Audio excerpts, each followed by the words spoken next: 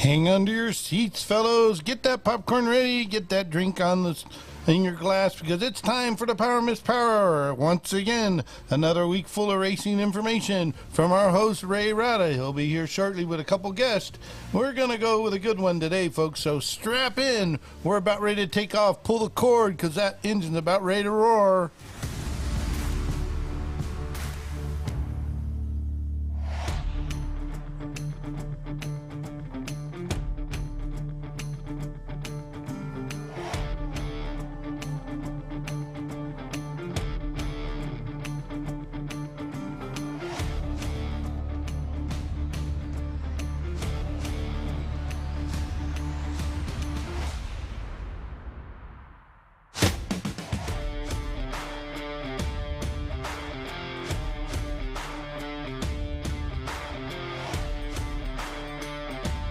Guys, 30-3.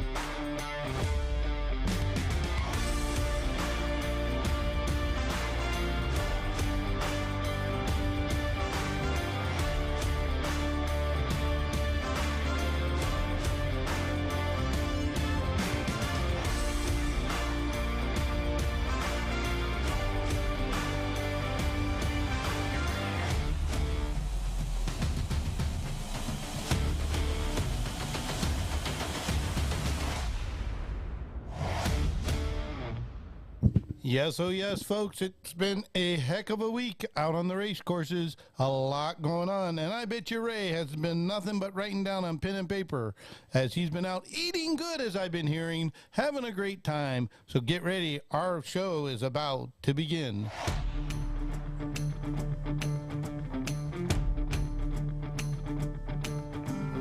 And 1 minute to go for the start. These drivers will begin to work over there on the backstretch, and they'll try to find a spot that gives them comfort and gives them some speed as we get ready to go with these 100-mile-an-hour rockets, about 13 to 14 feet in length, as these guys get ready to go. Gathering up over on the backstretch now.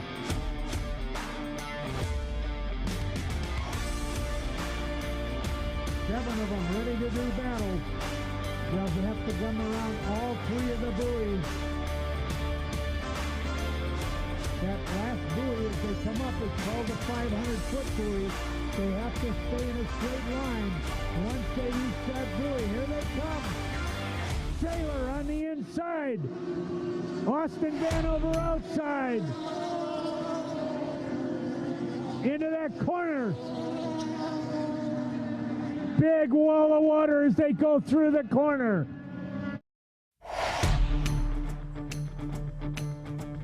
All right, ladies and gentlemen, get back to your seats. Strap it in. Get that popcorn out of the microwave. Get what you need to be ready, because today is one heck of a show. Ray's been calculating, he's been tabulating, and he's got all the info you need in about 30 seconds before we start, folks. Just hang in there.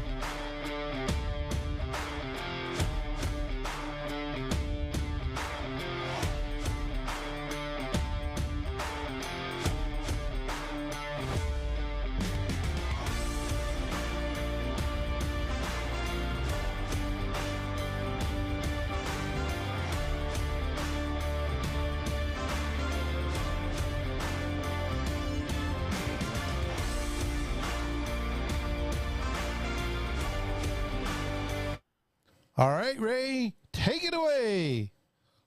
Well, thank you, Kevin. Appreciate that. Well, welcome, fans, to the PowerMist Power Hour on TKDS Sports Network. PowerMist, our sponsor, and it's your source for many of the fuels and additives needed to help you get to the front. As you might have been seen on PowerMist Facebook pages, not only is it in the boat racing, but it's also sprint car racing and now motorcycle racing. And hopefully we've got Steve Fales will be coming up with us a little bit later, and we'll get a chance to talk to Steve about what's going on the PowerMist side. But again, if you're looking to get to the front, you need to go to PowerMist.com and check out Rick and Steve Fales' material on that website and be able to get in touch with them and get yourself to the power source needed to win. Well, fans, let me start off tonight with a little bit of sad news as we have lost a great friend in boat racing. Pete Griskowitz passed away last week. Pete had been fighting a battle with leukemia for a number of years, I think about 7 or 8 years. Had beat it twice, but the last time it came back, he was unfortunately not able to overcome it. And we certainly lost a good friend in Pete.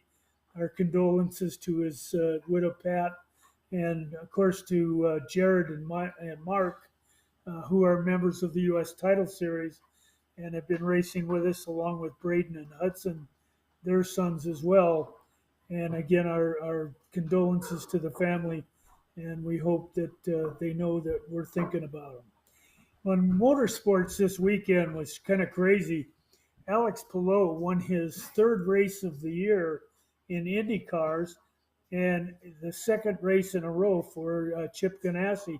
That's going to be kind of interesting as the end of the year coming in IndyCar. Palou will move on to McLaren, and it'll be interesting to see how the replacements all put themselves in place to be able to figure out what Chip Ganassi's going to be doing. A lot of rumors going on. Of course, Connor Daly lost his ride, and Ryan Hunter-Ray picked it up. And Ryan Hunter-Ray finished mid-pack up at Road America when Palou took the win up there. Kind of funny, a little bit of boxing matches going on in that race as well, as Will Power was pretty angry at Scott Dixon and kind of shoved him after an incident. And he said that Romain Grosjean needed a punch in the face over an incident that he had with him as well. So getting a little bit feisty in IndyCar, and it's a great series. F1 and IndyCar go back and forth, of course, with all the phenomenal innovations of F1. But when you look at that, there's maybe 2 teams, 3 teams at most that have a real shot at a win. Where in IndyCar is, I mean, it's almost anybody on the grid out of the 27 full-time drivers that are running there that could take the win. In the World of Outlaws, the championship run by Brad Sweet trying to get to the 5th title in a row, it's gained some steam over the weekend, and he finds himself out front again in the season-long championship chase. And one of the things, if you haven't seen the video yet, Carson Macedo was involved in an accident at Knoxville this weekend. And I got to tell you, I've seen the video and it just is heart-stopping. Something broke on the car. He went to the right, hit that big fence that they have out there at Knoxville. And the car did an end-over-end flip, and it knocked the fuel tank loose. But it still hung on to the car, and it ended up catching on fire. And the fire suppression bottle had got dislodged somehow, and World Outlaws is doing an investigation on the accident to find out why that happened. But Selzy and a couple other drivers stopped right by the accident and got out of their cars and ran over to Carson's car and helped to pull him from the car. And fortunately, he was released from the hospital the next day. But man, I got to tell you, if you haven't seen it, it's on YouTube. You can find it almost anywhere on the internet, and it'll just take your breath away. And so grateful that Carson's okay. In NASCAR, this past weekend they were off, but they head to Nashville next week. And that'll be one of the first races down there in a long, long time. So it'll be interesting to see how they put that together. Of course, with NASCAR, a lot of rumors out there that Josh Berry is going to be named tomorrow to replace Kevin Harvick in the number 4 car for Stewart Haas Racing. So it'll be interesting to see, as he's a member right now of JR Motorsports with Dale Earnhardt and his sister in the Xfinity Series. But Josh was a substitute over the last few weeks for the Hendricks folks that when they got hurt and Josh stepped in, did a heck of a job. So be fun to see Josh Berry in a good NASCAR Cup car and have a shot at it. So we're looking forward to seeing that. And with that, we've picked up a win for the folks, Brett Marks, in the All Star race this weekend over in Ohio. And in Pennsylvania, Kyle Cunningham took the USAC non wing sprint race over there. So a lot of busy racing going on. I know that all this week the Pennsylvania guys are running with the wing cars in their Pennsylvania speed weeks. So just a good week of racing still to come. So with that, we will bring in our guest tonight. We do have from PowerMist Fuels, Steve Fail. Steve, welcome. We appreciate you being here. We're going to kind of freewheel this tonight as we've got Kevin is also going to be participating with us. But Steve, tell us what's been going on for you the last few weeks. Well, thanks for having me back, guys. I appreciate it. Nice to see you guys again. Um, PowerMist has been extremely busy, and we've probably had more success in the last few weeks than I could even imagine.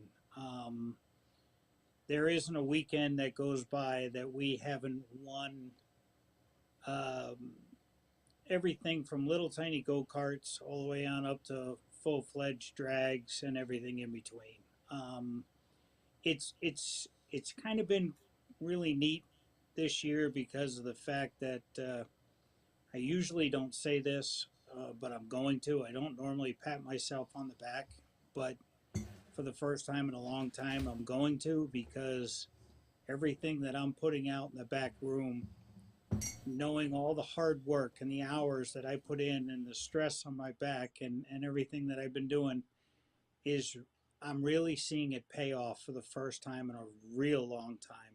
And so I'm extremely proud of the products we're putting out. I'm extremely proud of the individual racers that are out there that are succeeding with our products.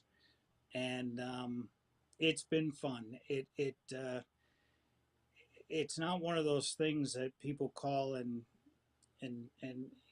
say anything negative. Monday morning, Tuesday morning comes, and usually Rick can't get off the phone with this just person after person just saying thank you, thank you, thank you, and or they post on the group page. So um, it's been a fun last few weeks, and it's been very tiring. I've had to run back to Massachusetts a few times because right in the middle of it, my daughter graduated high school, so I had to be there. And at the same time, she won some high school awards for scholarships. And then it was her birthday, and then it was Father's Day. So it's a lot of running around going on right now. But and the best part of it is this coming weekend, I finally will get to put the boats back in the water, and we'll see how it goes. I'm itching to get on the water again. I know the back is going to hurt. I know it's going to be sore. I get that. I have backup drivers lined up. I'm pretty much stepping out of my runabout altogether, except for the pro nationals. I will do that. Um, but so it's been busy. It's been good. Appreciate everything that's been going on. Um, we have a young girl that's 10 years old at a Connecticut that has just been swamping the people in her class, and it's it's one of those things that goes way back in time that I've known the family, I've known the crew, um, and this little girl is just kicking some serious butt, and it's kind of fun. She gets the plug in for PowerMist. She gets interviewed, and so little Sophia Zarnicki deserves a real big round of applause from everybody at PowerMist. But then it goes right on up through. We locked up the Sprint Enduro Championships with Zach Toth in 250 A class nationwide this past weekend, and now his next big adventure is to go off to represent United States in the ISDE championships in Argentina. And Oh, my. yes, PowerMist is going to go along for the ride with that. PowerMist is probably, we're looking to set up the entire KTM ATK United States team with one of our products. So we're kind of looking forward to that. That's in October. And then yes, we have officially joined forces with with Daddy Dave. I think Kevin's even actually has talked to him and realized he's just kind of a normal guy. He's a heck of a guy. Unfortunately, we haven't won yet with him because we're chasing electric problems within the car, and that just kind of hurts us. But they'll get it right. He's fast when he runs, but those things come back. It's a new car. Everything is, and you're gonna run into gremlins every now and then. So, um, and it's just week after week. We're having fun. Steve, how did the let me dig in on a couple of things with you. The Toyota program that you're doing. Tell us a little bit about it and the successes that you've seen already with that program. Well, the two teams that we actually have that represent Toyota and PowerMest, that amongst other uh, sponsors that they have, are Hitman Racing, and then they're actually right out of local um, Pennsylvania, New Jersey, and then it's another company called Thunder Bunny. It sounds funny, but it is owned by a female, and between the two teams, we haven't lost a race this year. Um, they run a high octane unleaded race fuel that we make, all made by hand. It's a very hard fuel to make. It's a very tricky fuel to make. Have to be perfect when we make it, or when I make it. But we haven't lost a race this year between the two teams. Dominated Daytona just last weekend. Um, we have set track records at every track that we've gone to, and uh, it was funny because one of their main drivers was actually at the shop yesterday, and in walked through the door, but Johnny Ledarski at the same time. And Johnny has actually been present when I've been making Toyota's fuel, so he's seen me make it. But to be in the presence of one of the Toyota drivers who is dominating, and then of course just to have Johnny walk in, he's part of our family, to have him walk in, and Johnny got to meet him, and he got to meet Johnny, and I'm like, wow, this is pretty cool. These are two guys that are at the top of their game all the way around, and now they're talking about racing, and I think that's what makes us kind of unique at PowerMist. I think it's kind of fun in the sense that you have two people from two totally different sports, two totally different, racing uh, abilities, and yet they shake hands, and before you know it, they're just talking racing, and Yeah. um, You know, you, we you love hit that. something that you hit something in that little thing about making the fuel. What I want to do is explore that a little bit, Steve, because I don't think a lot of people really understand what Power Mist is capable of doing when they have a fuel need.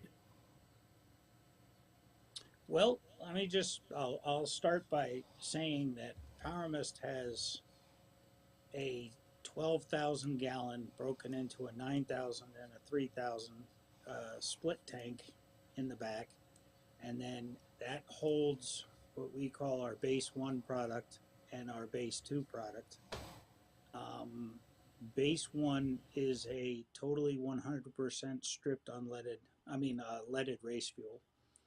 Um, it has nothing that would, most people would sit there and I can't sit there and say much about our competition, but a lot of people say, well, they use avgas or something like that. Well, by government law and by all laws, avgas has to be consistent around the country around the world actually in order for it to work at a high altitude, low RPM engine.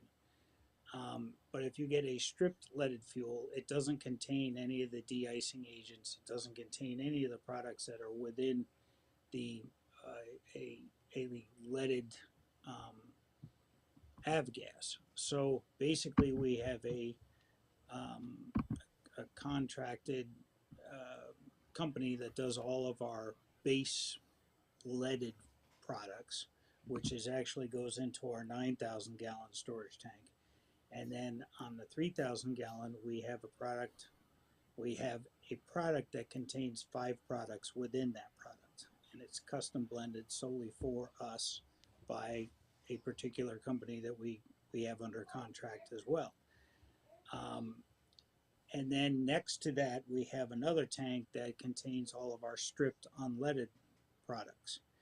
So everything is pumped at PowerMist by an air pump system through a very big air compressor in the back, and all pump air. Everything goes through a seven filters or 7 filtration processes before it enters into the drum. And then probably one of the most unique things that we do at PowerMist is we are the only company in the world that packages our product under a nitrogen blanket. And what a nitrogen blanket does is inherently, as fuel sits in a drum or a 5-gallon pail, it is attempting to pull moisture within the container itself. Preferably, you always want to keep race fuel, any race fuel, even our competitors, in a metal can. The plastic jugs that are out there, they work good for a weekend, but inherently they're porous. And that's one of the reasons why you see a plastic jug either expand or contract, is because fuel vapors are getting in and out of that plastic container. In metal, it cannot do that.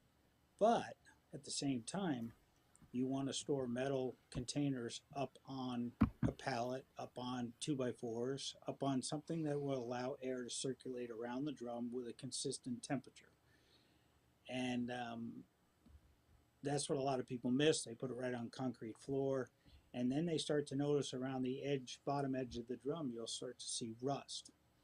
And what that is it's actually the fuel trying to pull moisture from the concrete, which is still, concrete is porous. You might think it's hard because you walk on it, but it's actually still very porous. And it's trying to pull moisture in, and hence you get that rust ring around the base of your drum or 5-gallon pail. If you put a nitrogen blanket like we do, which is a patented item on our side, it's pushing a positive pressure on the bottom of the drum, hence nothing can come inside it. And it stays there for quite some time, even though you might open up the drum and hear it pop a certain way. It's still there for a given amount of time. It does, after X amount of pump outs, it will go away, but it for the most part is a very, very good thing for us to do, and one of the things that most people don't realize we do. Now, we do that with our methanol, we do it with our gases. It doesn't matter. We do it with both, and it's a chemical process. It's something that I do in the back when I'm making drums of material, or even 5s. But yes, going back to the original thing, everything that we do is custom blended.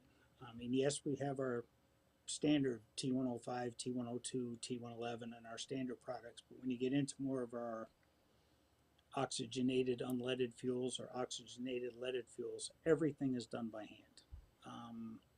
We use part of our base product, we use part of our base 2 product, and if we're making a leaded product, and yes, we use part of our base 2 product and our unleaded product to make some of our unleaded fuels. However, at the same time, we have as many as 8, 9, probably close to 11 different additive packages that we can put into products to then enhance, whether it be leaded or unleaded products from there. And we do not go for a particular octane. Um, we end up getting our fuels tested for octane, but when we start out with a theoretical fuel that we want to make. We make it, we test it, and then once it's tested and we know it works, then we send it out and we do our octane ratings on our fuel and get it back, and then we can sell the product. So Rick and I don't sit there and say, well, today we're going to make 110 octane leaded race fuel. No, we sit there to make a fuel that burns a certain way. And what we're known for in the industry is what we call a complete burn across the piston. So as fuel enters the intake, goes across the top of the piston and out the exhaust, um, every one of the chemicals that are within the fuel itself is firing at a different firing order based on temperature, and then out the exhaust. And so you get a cooler burn, you get a cleaner burn, and you get a more consistent burn than any other fuel that's on the market. The other fuels on the market have what they call the bang principle, which is nothing wrong with it. But what that does is basically enter the combustion process, spark plug fires, and then it bangs, piston goes down and out the exhaust it goes. And it works. There's nothing wrong with it. But it also can become an inconsistent product. We don't go for that. We go for a complete burn. Steve, one of the things a couple housekeeping Yep, things here. First of all, Robert Trollian's watching, and we want to say we wish him all well after his accident. I know Amen. he's up and about a little bit now. And Robert, we hope you're doing good. We appreciate you coming online and listening to us and everything else and all that. And then, Steve, there's somebody from the Kevin, Donald, let me just jump in. Kevin, let me jump in for a minute. Christy Aber has on Facebook the last part of the shirts that are going to be available for the scholarship and a tribute to Scoop on the accident. We want him to know how much we care about him and grateful that he's on the mend. But we can help out with the scholarships by going to that Facebook page of Christy Abears and be able to find the shirts. yeah, definitely. Then I'm going to pronounce right. The Stock Outboard podcast guy, the throttle guy, says he hears there's a rumor that there's some kid in the back of your shop making a mess out of things. What's that all about? Well, I just mentioned him just a few minutes ago. Yeah, Johnny has officially become not only a brother to Rick and I, but he is just a fantastic overall person. Take all boat racing accomplishments away from Johnny and just get to know the person, and you've gotten to know one hell of an individual. I mean, he is just. I don't know what a lot of people would do without John. I mean, he's that type of person, and it's been a pleasure to have him walk in and shake your hand. There isn't one time, no matter how well I know John, that we don't shake hands before and after. And yeah, we kind of opened up a little spot in the back room for him. He finished up the hydro that is my little hydro that I bought from him. He finished up the Travis Olsh kind of did a little dipsy do at Lockhaven. It's all done, and it'll be up to Thompson this weekend, and then it's going to go get cleaned up and painted for the Nationals. But yeah, Johnny's been back there. He works on some of his marathon stuff and other boats, and then he takes what he takes off the boat, and he signs it and hangs it on the wall of the back room now. So I told him he could hang as many boat pieces around the walls as possible because I think it's pretty cool.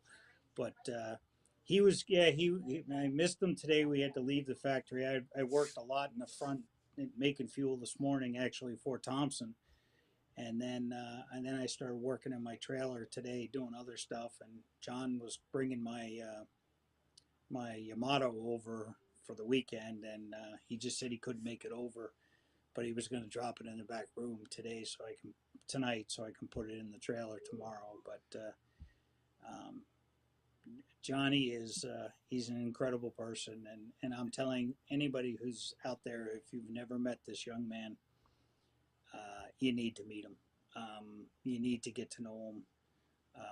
I know he's spread way too thin with all the stuff he does, but from his stock stuff to all the way on up to the inboard accomplishments that he will get when the inboard finally gets out there and he gets to get in it. There's no doubt he'll be successful in that as well because that's who he is. My father would have taken Johnny in under his wing a long time ago, and really, really loved this kid, because he's that type of person. But I need to backtrack just one real quick thing. Hi, Robert. I know you're out there listening. Um, I certainly appreciate all the stuff you've done to come back and get healthy for the racing season. And I know, Christy, if you're out there listening as well, I know what you and I are doing to do the scoop shirts. Please, people, if you're out there, buy these shirts. They're limited edition. We have bought more of them. I just did today, actually.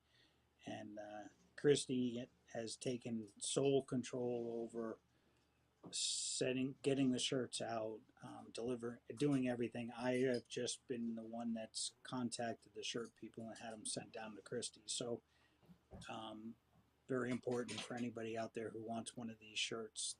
They're pretty cool, and so I want to thank Christy, and I want to wish Trolley and the very best. I can't wait to see you again, give you a big hug, and I just want you back, and I know we usually talk a lot, but lately I know I don't want to bother you with rehab and everything else you got to do. So I'm just letting you do your thing, and when we're ready to talk again, we'll talk. So Yep. That's pretty much about it right now. Yeah, very grateful that he's on the mend. That's for sure.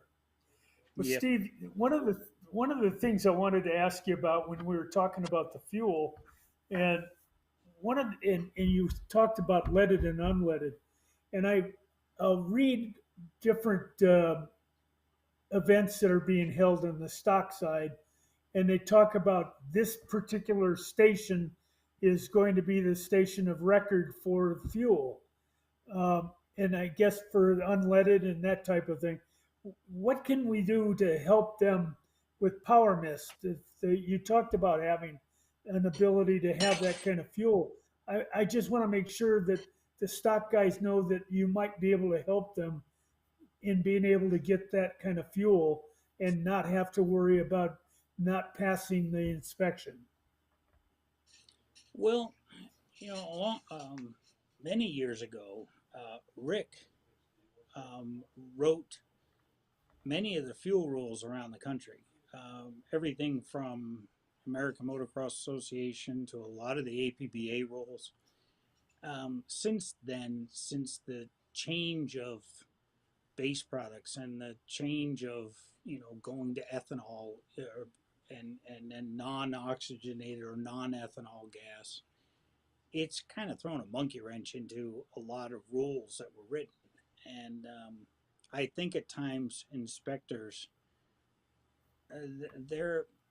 they have a difficult time trying to understand what they need to do as well. And I really would hope that they would reach out to a small company like us mainly Rick, because he's been a fuel inspector for years. I mean, we have all of the inspection devices, everything. We do inspection for, tractor pulling, that runs diesel. We do Yep. that. So um, we have everything. And, the one thing about it is, some people say, oh, because PowerMist, you make your own fuel, you can borderline make it illegal. No, that's not the case. I will show up at any race, anytime, and if anybody wants my fuel, come and get it. Just come and take it, and I'll run what I brought for them. I don't play that game. PowerMist will not play that game. Do I have the ability to do that? Oh yeah, I could do a lot of fun. Will I do it? No. It's not fair. Um, we don't need to do it. Our fuels are that good to begin with. But then you go to a stock race or any race, and they designate a fuel that may be up the road, and they go by X amount, and they check it, and they do a digitron reading on it, and it reads whatever it does, and then they give a plus or minus off of that reading. Um, that's fine to do that. The only thing that is very difficult is fuel can only read a certain number. Whether unleaded fuels are a little different because unleaded fuels, most in order to get power out of an unleaded fuel, you have to have a percentage of oxygen within it, and there's many different oxygen compounds that you're going to put in an unleaded fuel to get power, and a lot of those, almost all of them, will take that meter reading and make it go more towards positive, if not over positive. With the 10% ethanol, or even the fact that you can get ethanol free fuel that's out there, you have to be very careful. Um, it used to be in the old days that you didn't want to buy fuel until they delivered the pump gas at a gas station. You wanted it to wait. You didn't want it to stir the bottom of the tank. You didn't want it to get all that crap that's in the back and the bottom. And nowadays, with ethanol being in the fuel, you actually want to pull the fuel out as soon as possible after it's been delivered at a gas station. The reason you want to do that is as that fuel sits there, within 1 week, the ethanol sitting in there is absorbing 2.5 times its weight in water immediately. And so, in essence, the fuel you're getting is got water in it. The other disadvantage of that is with the Digitron, water makes it go. Digitron checks the polarity of the water, of the fuel. Water is very polar, and it will make the Digitron go up. So you have to be very, very careful with what you're buying, when you're buying, how you're buying. You want to go to a gas station. If you're going to run pump fuel, you want to go to a gas station that has a very good turnaround, one that's filling their tanks up frequently, and you want to get it as soon as possible. Can PowerMist help with being a quote unquote spec fuel for a given stock class, or all the stock classes or mods? Yeah, we could. The problem with that is race fuel inherently is expensive, and it's a lot more expensive than your average run-of-the-mill pump fuel. And it already is costing the racer a lot of money just to put everything together, their rigs together, their motors, their props, and everything. Even to buy life jackets and cut suits and all the stuff that we're doing. And then you're going to throw in a product that's $12 to $15 a gallon, compared to $3.50 a gallon or whatever. It makes it very tough. We need all the racers we can, but we can't price racing out of range, because if we do that, then we're in trouble.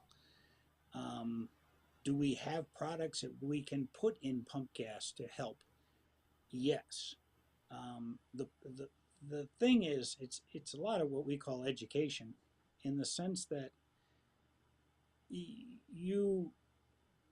people who we don't have motors that we go out and test, and then motors that we race with. We test with the same motor, and it's very hard for people to understand the fact that if you have a brand spanking new refreshed motor and everything is sitting there good, and then you put pump gas in it and you go out and you test, everything's great, you're testing fine, you got good speed, you got good RPM range, everything's fine, and then you decide that now I'm going to add race fuel to it, now I'm going to make the necessary adjustments to make my motor run better. The only disadvantage to that is, and we've had it happen to us, they put race fuel in, and inherently the motor goes out and breaks. And the first thing the competitor says, the racer says to us is, well, it didn't break on pump gas. Why did it break on? It must be the race gas is wrong. No, it didn't break on pump gas. You just wore everything out on pump gas. And now what you've done is when you put race gas in it, every part that is worn out is now going to work that much harder because you got something in there that's going to make it RPM higher, make it, everything about it is going to be different. And what happens? It breaks those parts. What we usually tell people to do is, as much as, so in essence, they have to go out and buy new pistons or sometimes new cylinders or sometimes something that whatever broke it, did it take whatever it took with it and destroy it? Or is it just a simple fix? But in the long run, if people would just say, okay, I'm going to spend a little bit of money, it's the old pay me now or pay me later advice here, is put race gas in at the beginning and never touch it. If you want to play a little bit less, then mix it a little with pump gas, but use 75-25 or 70-30 or 60-40,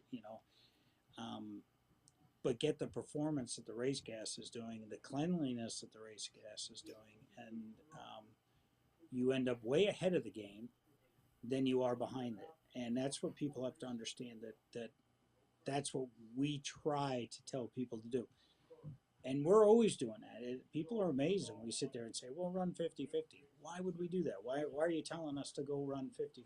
Because it's the simple solution to what you're trying to do. Is it the best? No. Is it simple? Yes. Yeah. When you look at the amount of fuel that you sell in a year's time, how many different formulations do you think you have to do?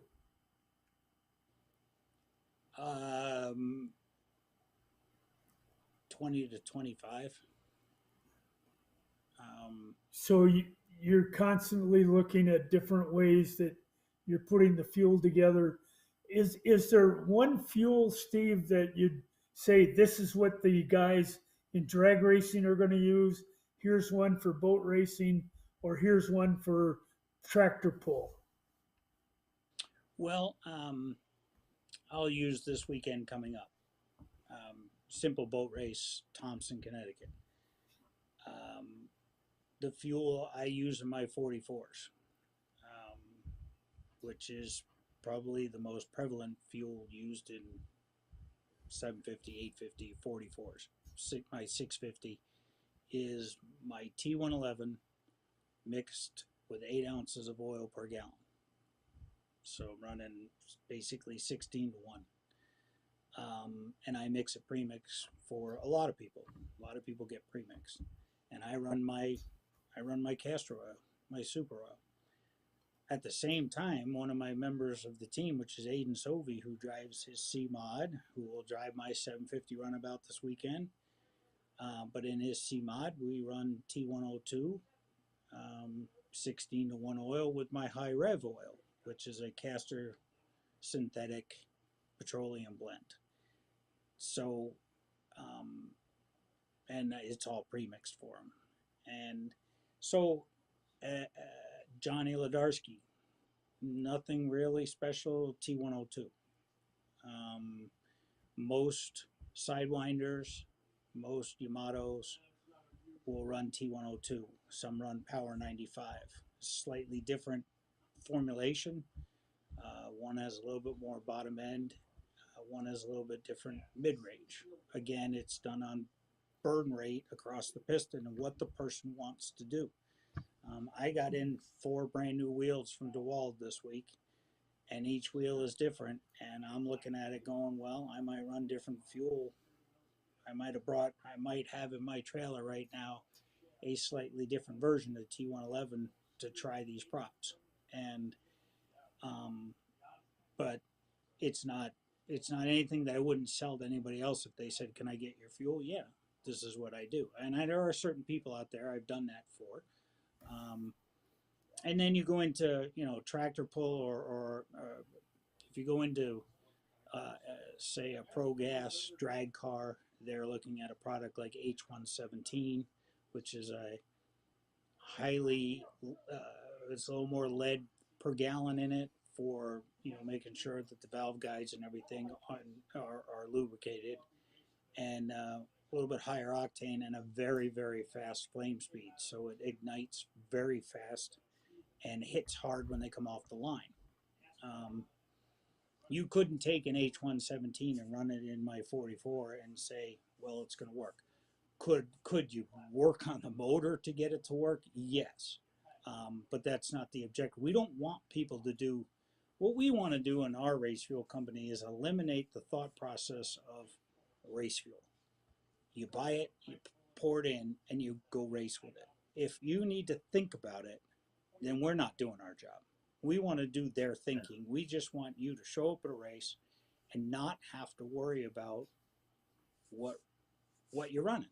It's done for you. You've done your talking, you've done your work, you've done your jetting, and now go out and enjoy all your work. And with diesel, Steve, take for instance. Go ahead. how do we get that word out? That, I mean, we're here, we're talking, but a lot of racers probably they don't really understand what the fuel issues are, and if we could help them to understand that. I know when I go to PowerMist.com, there's a whole list of things that you do. How can we help them to understand you take one of this and one of that and put it together? Well, I went down to the APBA meetings in Florida 2 years ago in Orlando, and I had a fuel seminar, and and I got a lot of really, really good questions. In fact, we stayed in the room for a good half hour after, right into the next seminar, and then we had to leave and we went out in the hallway, and I had talked for another 45 minutes with various people. The biggest part about it is simply to get is to try to find a way within the marketing part of APBA, within the marketing part of everything, and put it together so that we understand, that they understand that how fuel actually works. I'll give here's you what I'm thinking. I'll give you. Go ahead. Well, I was just going to say.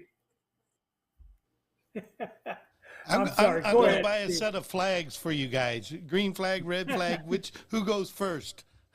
I mean, we're getting a great education on fuel here. I'm amazed, and I get to watch all the questions that come through on Facebook from all the events and all the stuff that's shared. You guys answer a lot of these same type questions for motorcycles, cars, local dirt track racing guys. They're all coming in through your websites. You guys and your Facebook page. I see you guys answer a lot of them. Well, yeah, and here's go, Ray. No, but here's what I was thinking.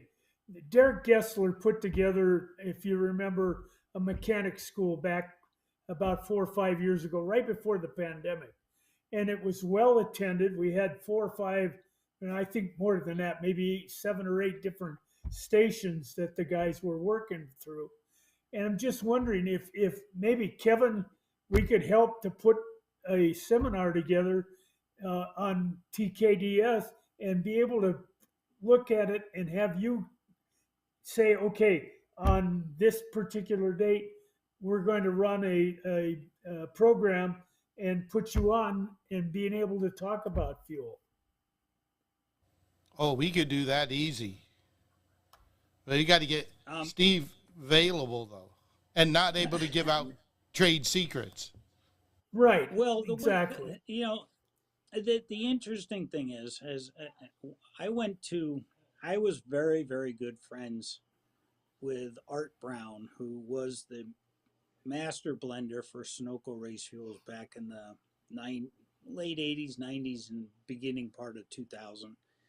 And I was very good friends with him. And then I went, I actually attended a Sunoco fuel seminar, and I sat in the back, and I didn't, Art saw me back there, but he didn't say anything. And then all of a sudden it was time for him. What he said was fantastic, and then all of a sudden questions and Q&A came, and the first guy brought up a comparison of a Sunoco product with a PowerMist product, and Art answered the question. Well, the next hand went up, and sure enough, it was basically the same thing. Well, then Art turned around and pointed and said, "Steve, come up here." And he goes, well, for the next hour, it became a PowerMist seminar with Sunoco being my sponsor. It was one of the funniest things that I think had ever Oh happened in gosh. racing. And Art and I went out that night and had a few drinks and sat at a table, and we just shot the, well, I can't say it, but we you know what I'm saying. And he realized then that I don't have any. PowerMist has no problem with the other fuel companies that are on the market. I never have, never will. We're actually a speck of sand on the beach compared to those guys. We don't really want to compete against them. We have a niche market, and we capitalize on our niche market, and um, we do. We feel that right now, fuel for fuel, there isn't anybody who can touch us. The problem is we just don't have the big time support behind us that, the other companies, Sunoco doesn't do their own fuel anymore. It's done by a company called Renegade. They do all of Sunoco's fuel. VP has been bought out by Valero, and they, I don't even know if they want to do race fuel much longer. But the market that's out there is, we don't have that big huge oil company behind us. It's PowerMist. It's Rick and I, and um, we bust our butts every day. Um, and like I said before, I couldn't be more proud of the product that we put out. This year has been unbelievable. I just, and to get the word out there, yeah, I'll do a fuel seminar, whether it be on TKDS or whether it be at a track or whether it be at a boat race.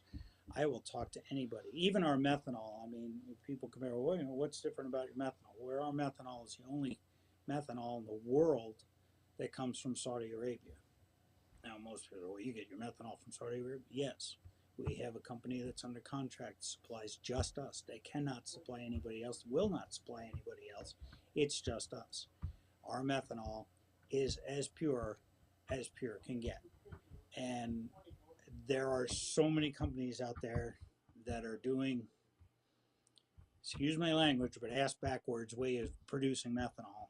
And in the long run, most people they end up getting bit by it, and they don't know it at first, but then eventually it catches up to them. And not with our stuff. It will not ever catch up to you because our product is the best in the world.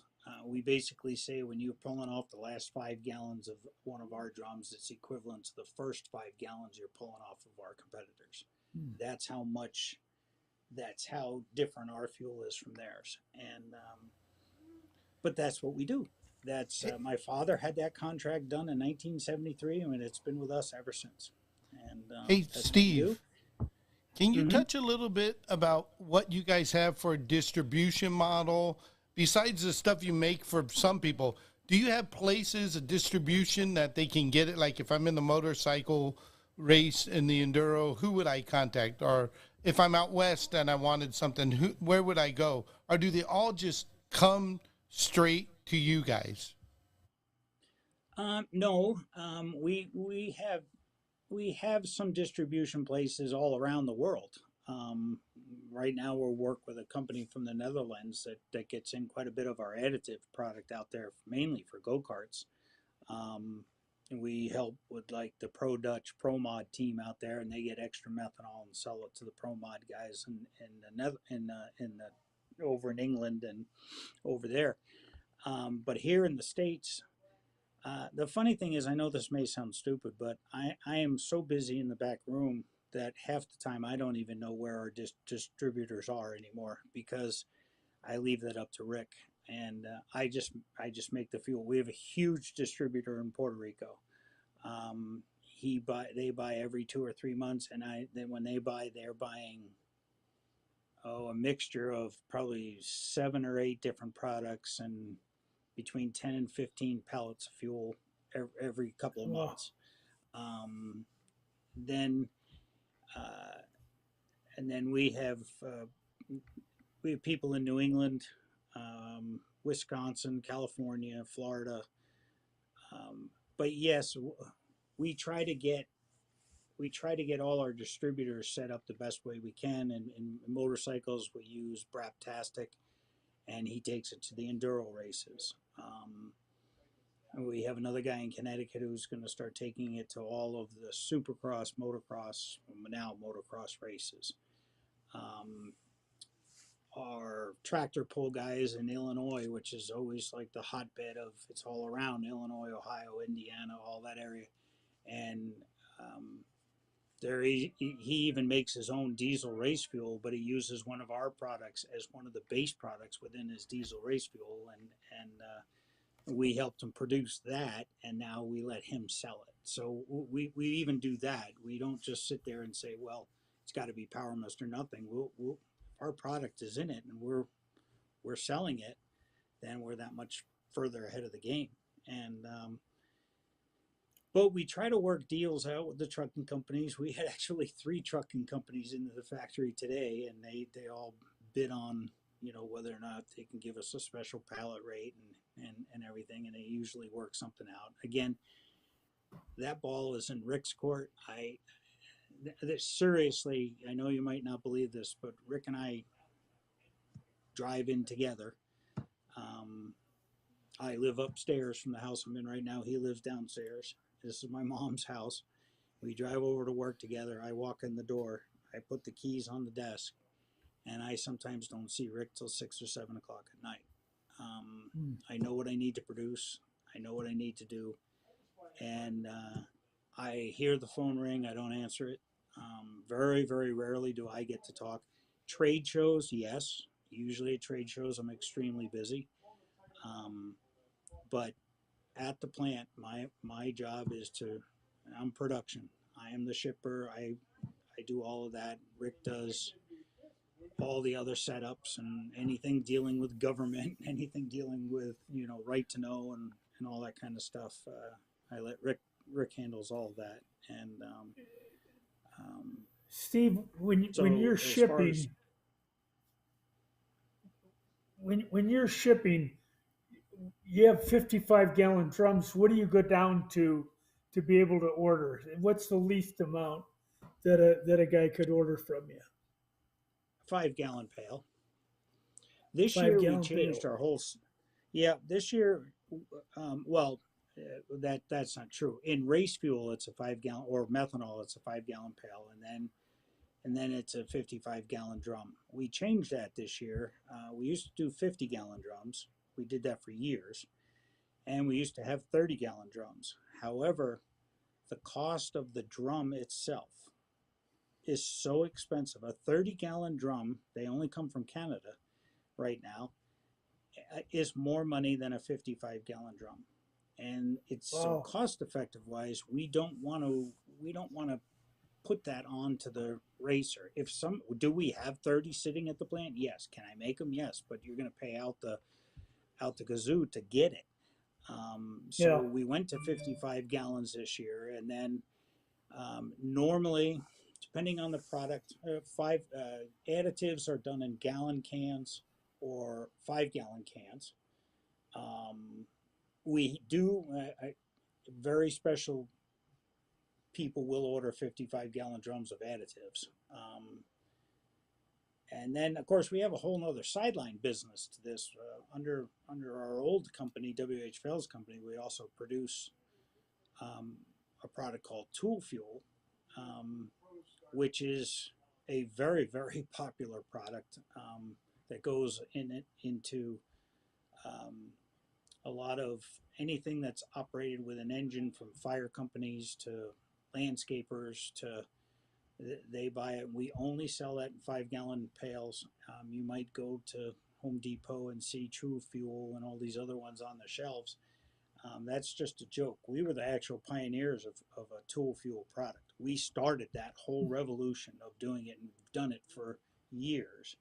And there's sometimes it's the only product, like I won't run any other product in my snowblower, my generators, my leaf blower. I won't run anything. I won't put pump gas in it, and I can just let it sit for months on end and just crank it up in one pull. Very, very popular product. The biggest thing that with tool fuel is, you notice they're already saying hurricane season's around the corner, or there is one down there already. As soon as it's saying it's going to hit Houston, we get a call from the Houston Fire, the entire Houston Fire area, and they order pallets and pallets of tool fuel to get in so that people have it, that the fire companies have it. Sure. And we do it in Florida. We do it in Puerto Rico. In fact, tool fuel, we ended up giving pallets of tool fuel away to when Puerto Rico got so damaged. A lot of the generators ran on our product. We don't go around boasting about it. We don't go around.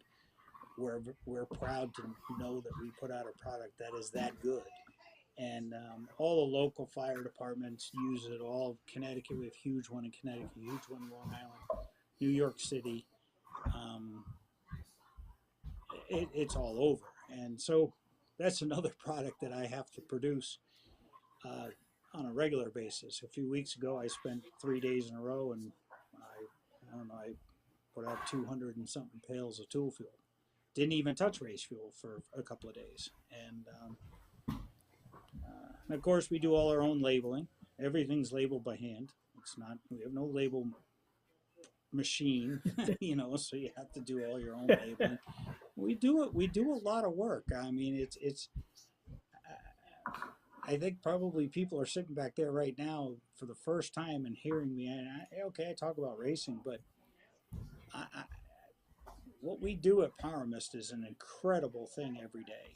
And when I'm done, I'm the one who dictates when we're done in the day. I'm the one who walks forward, and when I'm done, I'm done. I can't. That just means that, I don't. This may sound funny. I don't have to do drugs. I don't have to do anything because I smell high purity products in the back room on a regular basis. I'm telling you, I'll turn green on my own. So, hey Ray, we need that candle. That's right, Steve. We have a candle. Go ahead. We have one. We got to market that. What we're waiting on. No, what we're waiting on is we actually found a little tiny, what looks like a drum. It's a little tiny, like a 55-gallon drum, and we're waiting. The only thing is you have to buy like 5,000 of these containers to get it, and we're trying to say, look, we don't know if we want 5,000 right now, but we have the candle. We have a 2-stroke smell to it. I've run it. It's funny as heck because I put it at my house at home, and my girls will sit there and they'll go, gee, Dad, you put boat racing on your phone and you smell the candle. What's wrong with you? And I'm like, okay, so we need that by Christmas. We need that by Christmas, Steve. I think I can help you sell that. Yeah, we'll pump it up for sure. So I also have talked to you several times, and you also got a new product, but you had one heck of a story about what you guys used to do back in the day for RC cars and RC boats and the RC community, and what you got coming out for that. Can you elaborate on that? Yeah, in the past, we used to do private label model fuel for a company called Mugen, which is the same Mugen that you still see today. They're now associated with Honda. But at that time, they were doing RC boats and off road vehicles. And we blended all private label for them for years. Um, they supplied us with the gallon jugs and the labels and everything, and then we just produced it.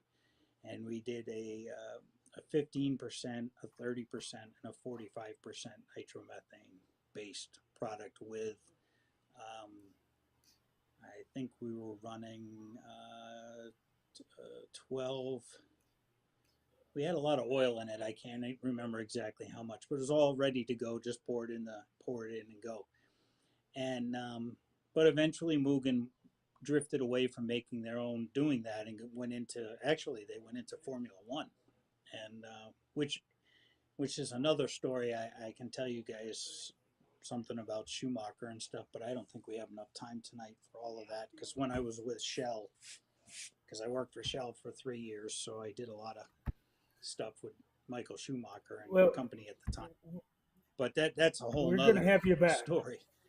But so we have a product, and Kevin knows all about it. It's called Nitro Plus, and Nitro Plus is an additive it's a nitromethane based additive that actually will increase the flame speed of nitromethane.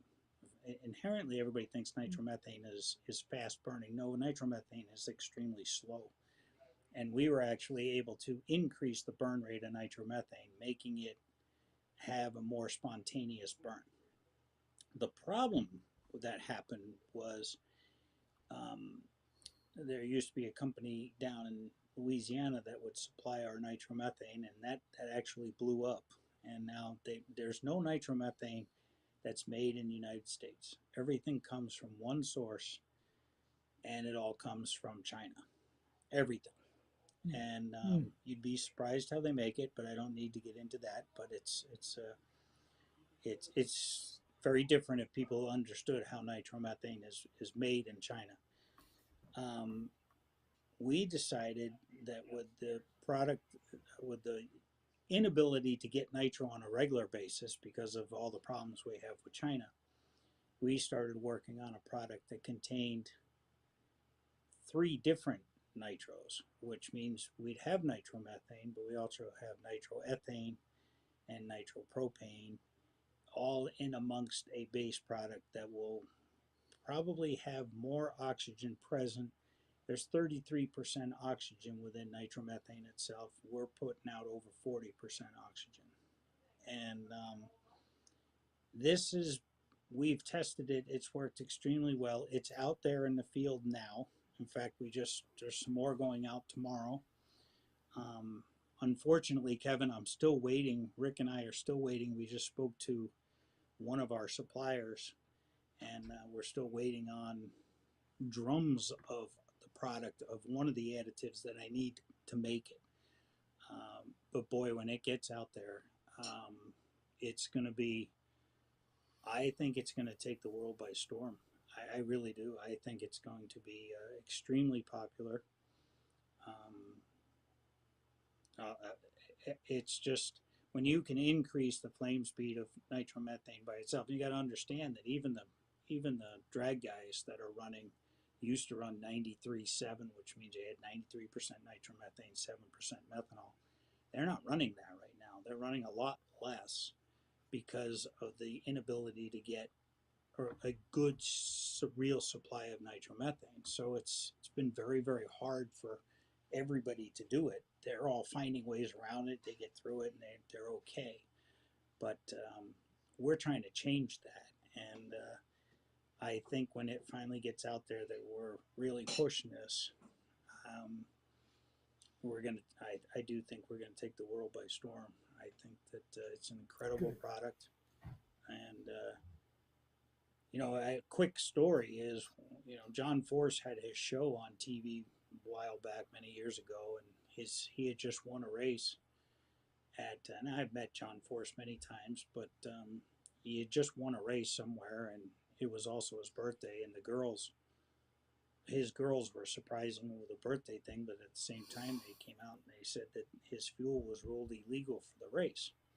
And it was right on TV and everything. And he goes, "How could it be illegal?" And they go, "Well, they caught you with using the PowerMist Nitro Plus."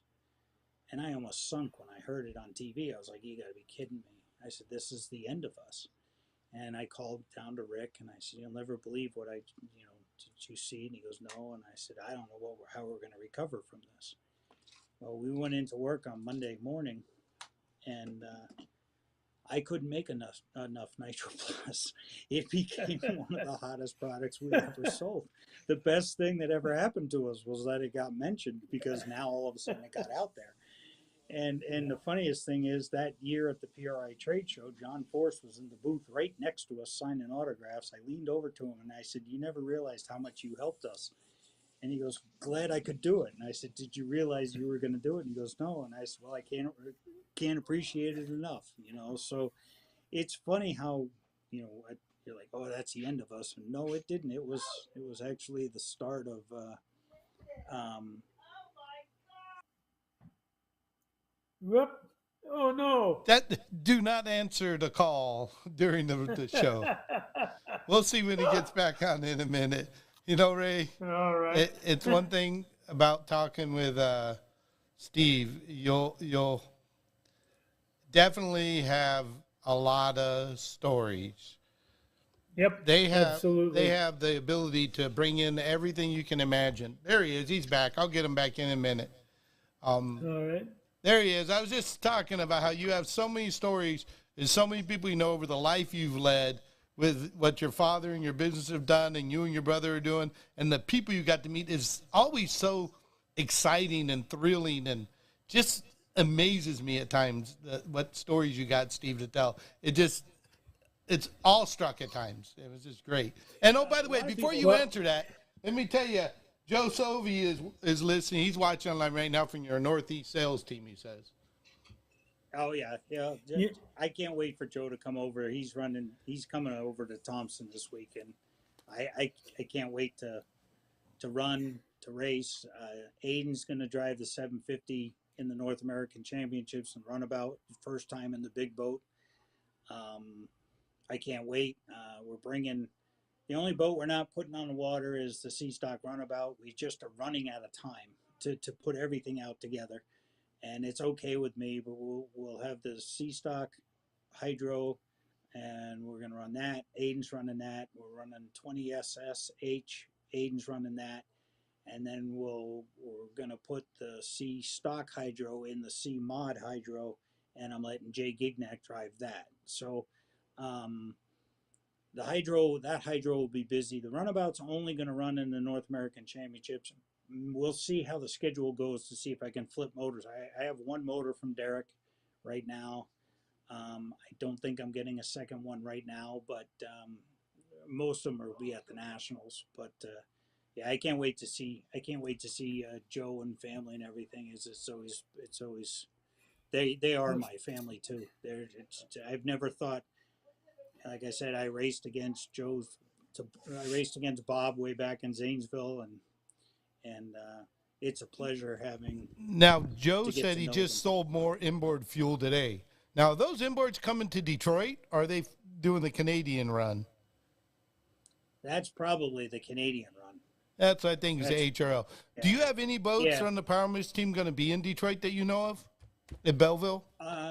That's a good question. I don't know. I mean, we do have some GPs and stuff like that. Of course, the unlimited guys are all running, basically jet fuel. Right. We don't play that. We don't venture into that market. That's well, put it this way. I shouldn't say we don't venture into that market. I gotta say we don't promote it very much. Right. There is something we can do again to jet fuel. We can always make something better. And, but on the inboard side, we do have a PowerMist racing teams that are out there. I see the sticker on their boats. The 1 liters, the 2 liters. You have John Peters. You have a bunch of people that they all run for PowerMist. Yeah. So unfortunately, I won't be able to make your race this weekend, which I'd love to go to Thompson and see you race. I have to be up in Detroit to do the Belleville race.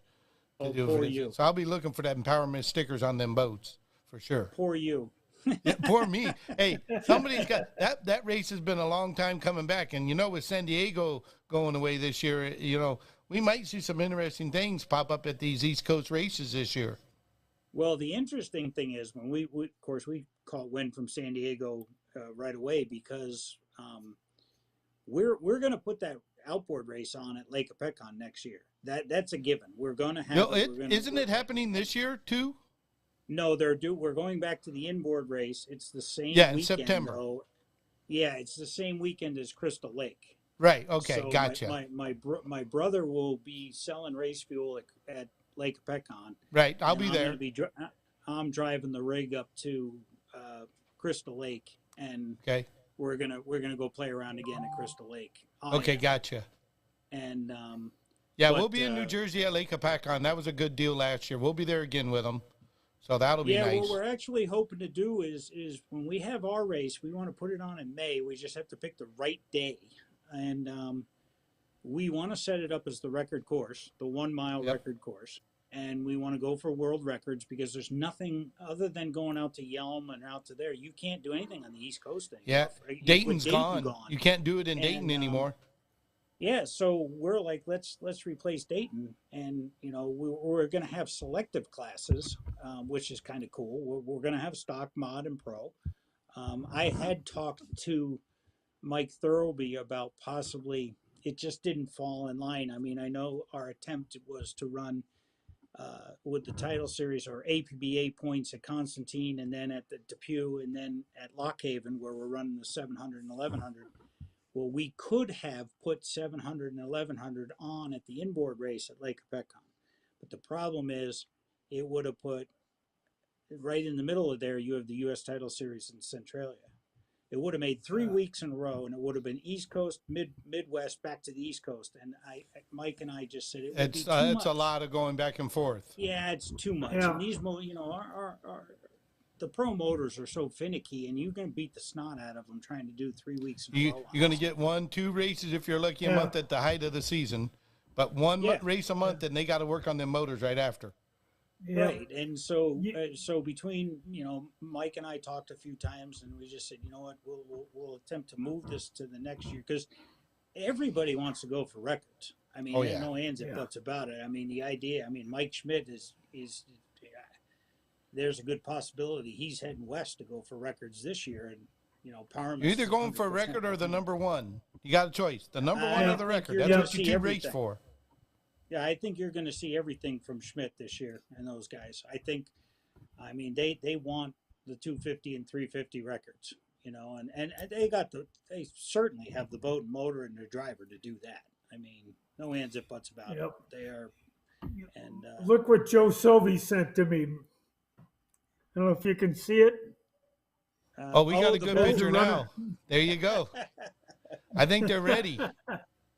Yep, they're ready to go. The interesting thing about that is, I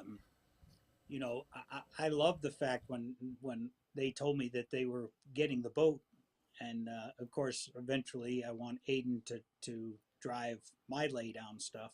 And I know it's a laydown trombetta or a copy; it's pretty much the same thing. And but it gives them that experience in a laydown boat, and I think, they got to feel it out. There's no ands and buts about it that between Joe and Pops and Aiden and the other people, Mike Schmidt, who's a big part of what they're doing, they're going to get that thing flying. And, he wasn't too far off at the Nationals last year in Illinois.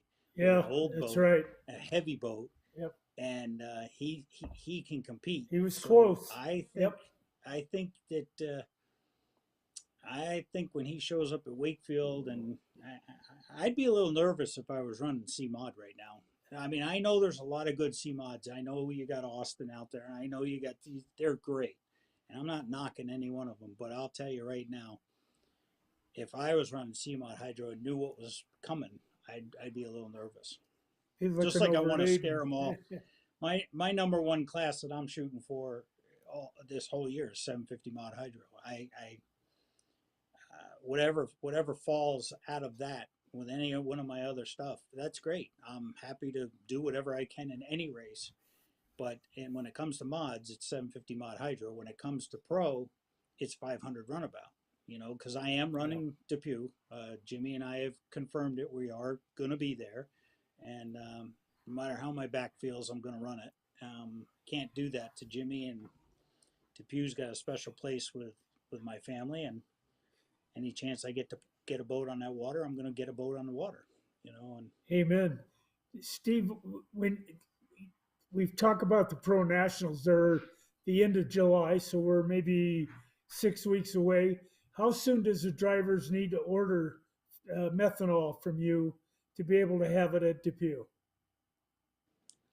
well, it the hard part about normally I'd say that I'd bring fuel out, but I have to drive my mod rig out there and leave it in the field and unhook my truck and from the trailer and lock it up. So I don't have the ability to bring fuel out there like I've done in the past. So Right. I've talked to some people out there about, that the Depew Men's Club would, if they were really, really smart, would become a dealer for the race. And we'd sell it to them, and then they could sell it to the racers, and they can make more money. If that were the particular case, they can order it right up to almost say 10 days before. We'll prepare it. We'll send it out, and it'll be sitting out at Depew when the people need it, and it would just be dropped off on a we'll get a lift gate truck, and they can just settle it down and pull it off, and it would be right there. So if they can order it right up to say a week or so before. Okay, I will talk to both Paul Bosnick and to Trent Solario from the men's club and see if there's some interest on that. Yeah, I think that if it was just advertised and told to people, I mean, like even this past weekend, we sent oil out. Johnny went out to Constantine to run his stock stuff, and he brought some of the castor oil out to people that actually Paulie Bosnick took back for Rex Hall and stuff like that. So we sell a lot of oil there too. Brinkman used to sell. I couldn't tell you how many drums of fuel Brinkman and cases of oil. He'd buy 100 cases of oil a year from us, and nobody has ever really picked up that slack.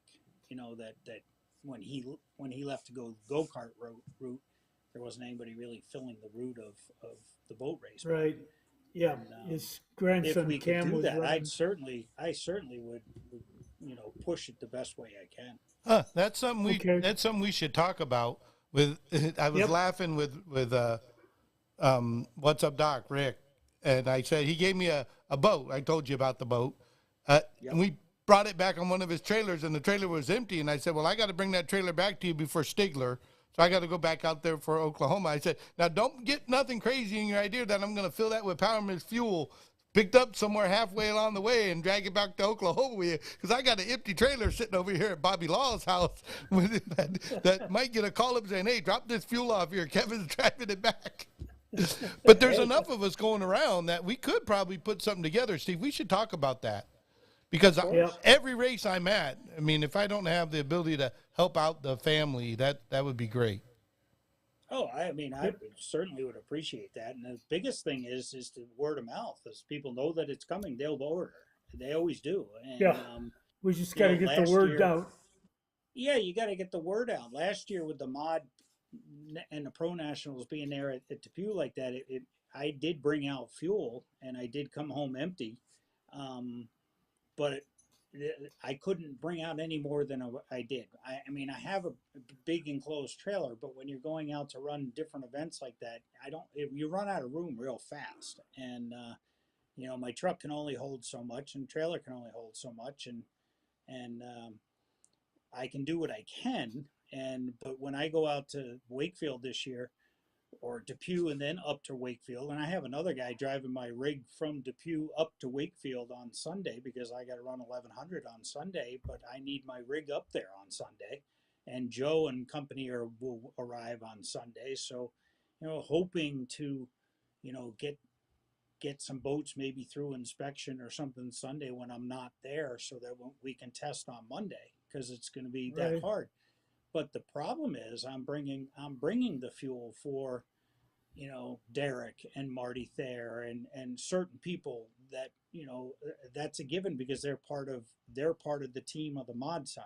We're all Sure. partners on that whole thing, as well as Joe, and as well as, I got to bring enough fuel to cover our team, and then I see how much I got left, and I'm bringing extra fuel up to Thompson just in case people want it. And I always try to think ahead, but I can never think that far ahead. It always, somewhere along the line, I get people mad at me, and it's like, hey, I can only do so much. Yeah. I mean, Hey, I'm human. Kevin.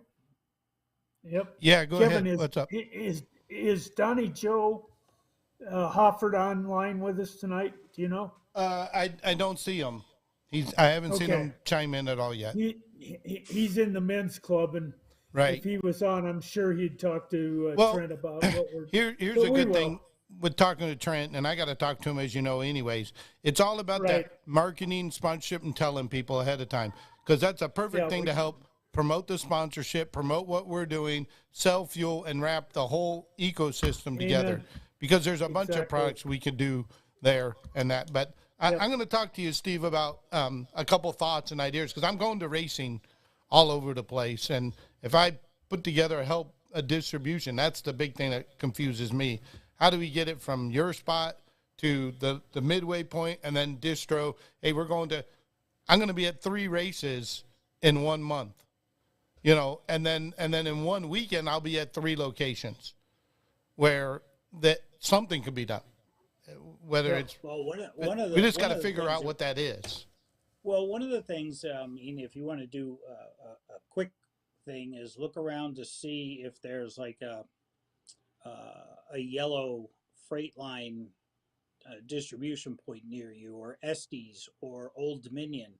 These are all the trucking companies we use, and sometimes we've had sent fuel out to their place, and instead of it being then shipped to you, it stays at their facility, and you come and go and pick it up as needed. Yep. So Yep. if we send in a pallet of 5-gallon pails and drums or something like that, then you would have to run over to, say, Old Dominion and put 15 pails in your truck or a trailer and take it. And then I just have to understand the distro from, if I'm carrying it from like Dayton to Constantine in 3 weeks, or Dayton to Depew, or Dayton to Detroit, or Dayton down to somewhere like that. I got to talk to you about that. That's an offline conversation. Yep. Yeah, But Yep. I think, We can figure that out. and there's an Old Dominion here in Dayton we can talk to, because I think there's some sort of central distribution we could set up as we're going, and people say, hey, but this way, it's nothing for me to put my guys in a truck, and if the guys are paying for transportation, but we're going that way, we can lessen it, and we can deliver sure. and have some sort of, because you're talking oil, that ain't that big, hell, I'm already 4-gallon. carrying shirts around, so Yep. why can't I replace shirts with fuel and oil and communications gear? Because it's what it is. Yep. That's something we can talk about for sure. Ray, did you happen to get a banner from me? Not yet, That's funny. It went. although. Is that those new ones? Yeah, I actually think I gave him the brand new one that says "Making More Power," which Yeah, is okay. Okay. kind of a it's kind of a slap against one of our competitors. I think you already know, and Yeah. they have making power. We came back with making more in big More capital power. letters, power. Wait till you see the new tent that'll be set up. It won't be at Thompson. It'll be at Depew. It'll be at Wakefield for sure. And we have we're trying to broaden our appeal a little bit for the racers to really see, hey, PowerMist is going in a different direction. It's all started this year. It's been the help of another friend of mine and myself, and there are new shirts coming. We took off some names and put Scoop on it, so Scoop's getting on my shirts as well. So we want to help promote whatever way we can, Steve. And if you've the got other some- thing we're talked about is, you got a new logo coming potentially. Yes. I can't let no secrets. I can't pull it out of you. No, no. It's funny that you should. Everything takes it always comes back full circle. I mean, bell bottoms, for instance, everybody wore them, and then said, "Why Yep. do you wear bell bottoms?" And now bell Old bottoms becomes make a new comeback. again. Yep. Yeah, well, we decided we're having the new stickers. I hope you didn't hear my sister in there. She's watching Tennessee, and she just cursed. So if you heard that online, sorry. But um, yeah, she let out a bad word. But uh, we brought back our old, but they're going to be brand new stickers, and I think people are going to like them. And we're just trying to do stuff. It's funny because we got back into these races. Some people go, "You still exist," and it's like, yeah. Well, the thing is, they remember the old stuff. They don't remember they don't know the eagle emblem. They know the Yeah. old stuff. So it's like we all got together and said, why don't we just bring back the old and make it Yeah. look new? And that's kind of the direction we're going. And it's been received very well, and I kind of like it. So, but yes, there is That's, there is another logo being worked on. Yeah, I mean it's done. It's just not out there yet. You'll see it speaking coming. of I'll need it as speaking. fast as possible. If we're Yes, gonna Yep. sir. start. I mean, I'm waiting for a tent for the for. I mean, I put up these cheapy tents today because I don't want to buy one because I know the PowerMist one's coming one day at all the races for the broadcast and stuff. So it's like, what are we gonna do? Well, Steve, I've been when you away see from the new home a tent, bit. when you see Yep. the new tent, you're gonna go, "Oh my God!" You're gonna love the new tent. And by the way, you and I do have to talk about a place to stay for you at in Depew with us. Yeah, Depew and Wakefield. We got to go for a lot of talk about come up. I need to find my way to see you to come up and visit is what I Well, need that to would do. help. You They were know, Yeah, dynoing across the street today. We're making yeah. a lot of we noise today. you know what? We should do a show from your operation back there. What's the Kevin, I calendar bet we look could like? do that. You know, Of get a course, camera and walk through. That would be great to do. You know, I speaking had of a old, gentleman come. I had a gentleman come to the factory about a month or so ago, and he goes, "Well, you're going to hide everything from me." I said, "Nope." I said, "I'm not going to hide anything from you." I said, You can walk around, you can look at anything you want."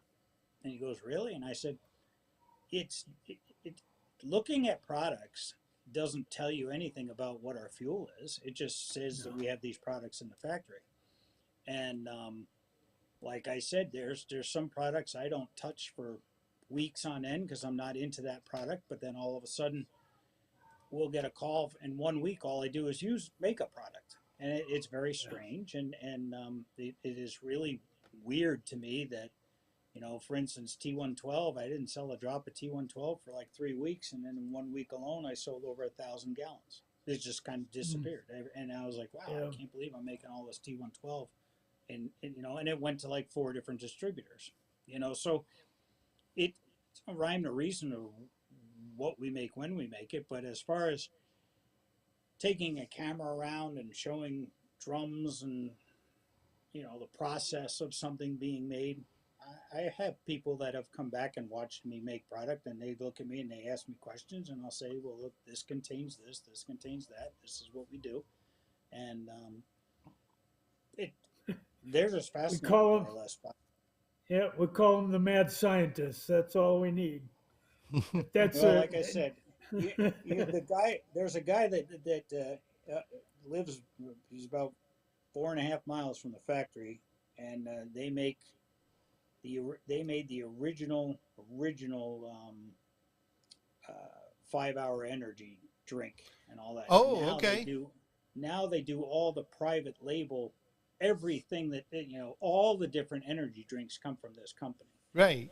and you'd be shocked at there's been times the trucks go to his place and then they'll come to our place, like an Estes truck, and on board they'll have 15, 20 pallets of energy drinks, and then they'll slide in 3 or 4 pallets of PowerMist next to it. And of course, I always walk in and grab 3 or 4 packs of energy drinks and walk out. Of course, I can't do that because I get yelled at, but I try. But it's funny because this guy, you know, he got arrested about 15 times because originally a lot of their products had ephedrine in it and all that kind of stuff. And now they had to get rid of all that stuff.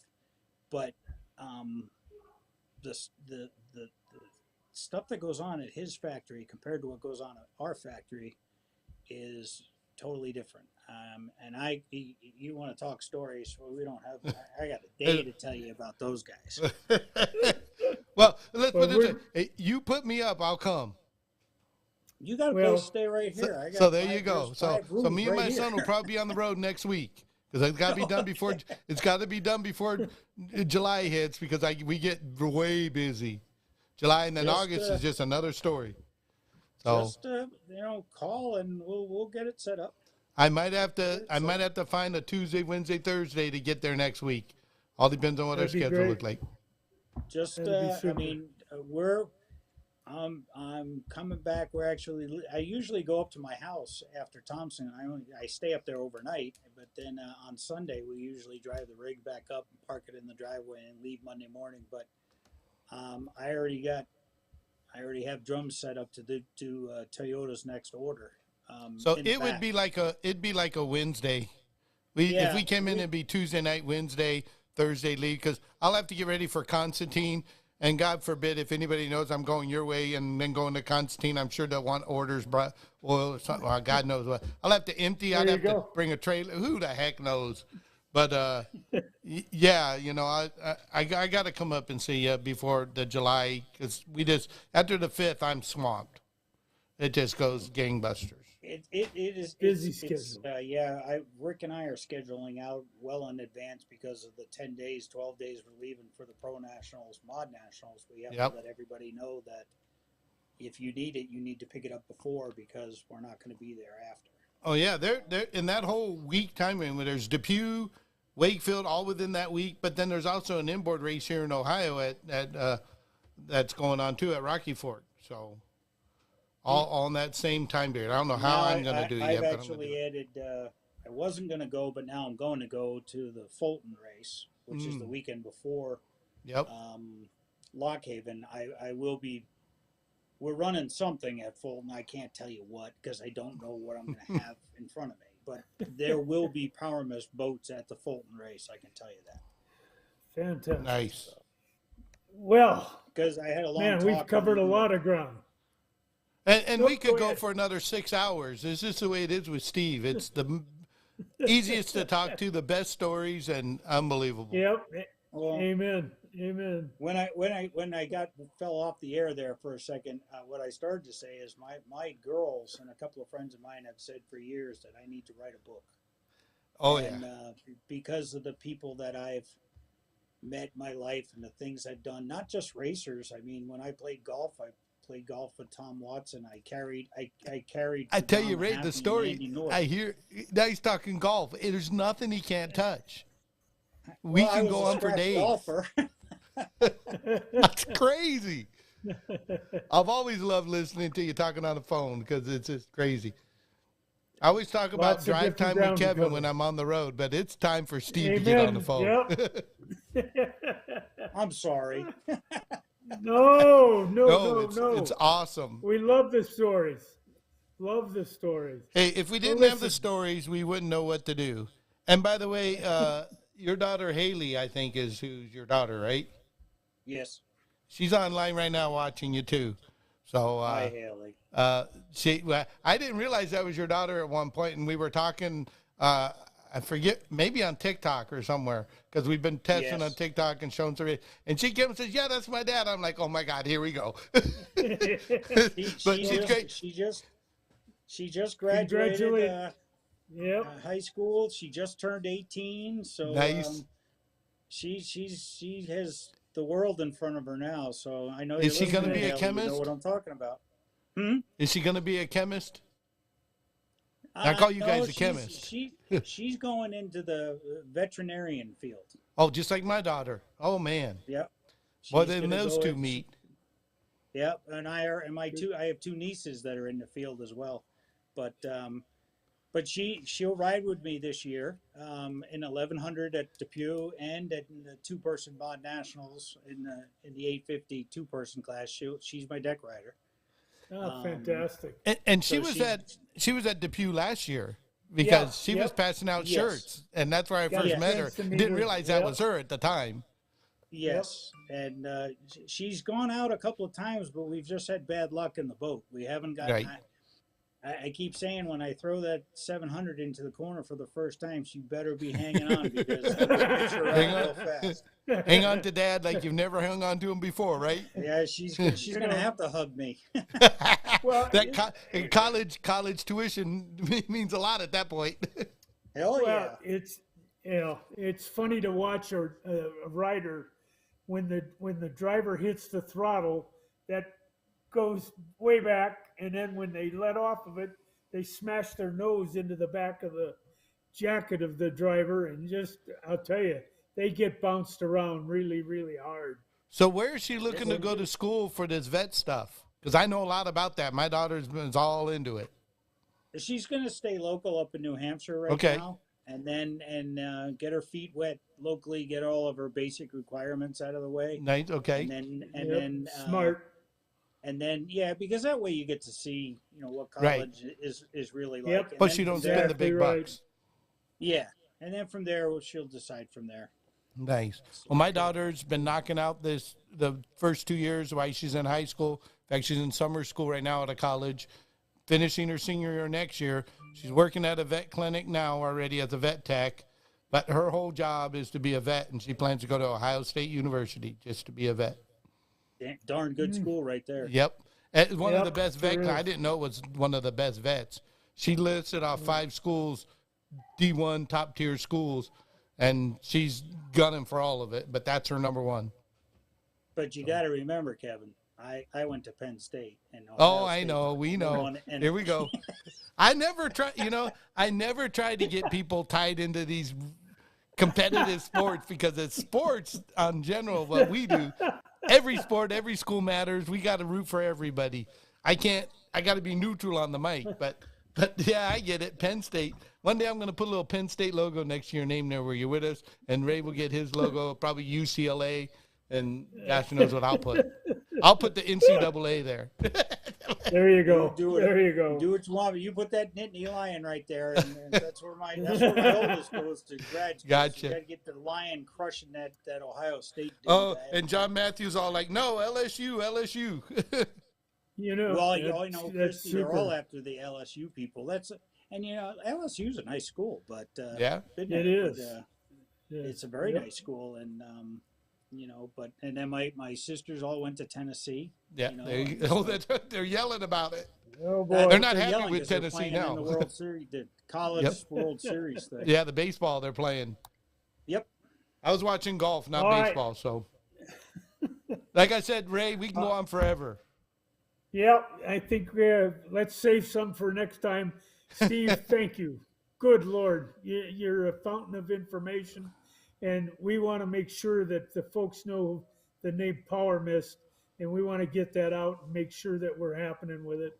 We will contact Trent and Paulie about getting the fuel for Depew for sure, and then let's move on from there. Thank you It again, sounds- Steve. Oh, you're very welcome. Thanks, guys. I appreciate everything, and I'll be talking to both of you soon. Sounds good, Steve. Sounds good. I'm going to plan to come see you really, really soon. You got it, bud. All right. Take care, Good guys. night, Steve. Well, Thank Ray, you. that was like I said, when it comes to Steve, you're never going to get a better conversation. You're going to sit No, back and I- listen, throw Yeah, the question yeah. and go, because that man Yeah. is always fun. I mean, And 4 or 5 questions, and we're an hour, almost 2 hours. yeah, but And here's the that's deal. fantastic. What we learned tonight about PowerMist, about the family done business, about what is it? It's not your traditional Sunoco's, Valero's, No, VPs. no. It is a American made. Yeah, we get product from around the world to make it, but it's built in America. It's made in America. It's designed in America by a family-based business. You heard them by hand. Yep. Can't beat it. The biggest thing if people would really have heard what Steve was saying, it's customer service. Sophie You know? just said he's like the old lady. He loves to talk. I'll tell you, we can camp for another half hour out here, just let people talk about him online, and then just go all the day. I think Joe's going to be in a hot house soon. Joe, hey, Joe, I hope you're in Detroit at the inboard. Well, no, you're going to be up at Thompson, but yeah, it'd be nice to see you at the inboard guys, too. I've seen them around. Wow. Yeah, we look forward to seeing Joe and Aiden and doing really well in that equipment. So Absolutely. neat boat. Yeah, the paint job on that hydro is fantastic, and I'm sure that he'll get noticed on the water, not only for the beauty but for the speed as well. So Yeah, yeah. well, with that, Kevin, my pizza just arrived. So Look, I'm gonna wait a jump minute. off. Was What? it a home cooked pizza by your No. How no, do you I, dare eat that after that food I saw at your You know, can I do son-in-law's this? site was amazing. Do you row? And it's ROUX. Yeah, guys, I got to tell everybody, if you want to look at some great food and you want to be ready to get hungry, but do you row? I'm gonna put a text out about it on my Facebook and stuff and stuff. It's Ray's son-in-law, right, Ray? Yep, he's my son-in-law. And I am flabbergasted at what I was looking at online. We just got to get him to do videos because I think he can make us all hungry again. But great show, great show. I didn't even say a thing. I just loved it. You know, it was really fun. I love Steve. His enthusiasm is just incredible, and I love that about him. And fans, again, PowerMist.com. Go there, figure out what you need. He can help you and put it together. And don't forget our special on boatracing.tkdssports.com, the test drive for $29.99 to be able to have boat racing all summer long. Yep, we're still running it. We're still getting it, and we still got a lot. Once we get in the thick of it, though, my costs go up big time. You know, that's what killed San Diego. Costs of production go up. But when I'm doing Depew, Wakefield, and all that, and my costs are going up, this price is going to change. Well, it's 30 to the 3. Yep, it's 30 to the 3. That's where The 3. so it's Guys, 30 to the 3. That's what it is, Ray. it's getting close. Okay. All right, Kevin. With that, I think thank we're you good again. to go. All right, buddy. You take care. We'll see you in a short while. Yep, we'll figure out the next one, folks. Let me get this up here. All right, ladies and gentlemen, you've had it tonight. We've had the PowerMist Power Hour with our host, Ray Rauda, and our great sponsor and PowerMist. You get a lot of education today. Talked to you a lot about the PowerMist family, and everything they do. Look forward to a lot of things. Now, folks, we are just starting our racing season. Boat racing, auto racing, we're going to go through it all with PowerMist. So hang in there. There's a lot to go. We appreciate you watching as we get ready to take you out. We'll see you next time very soon.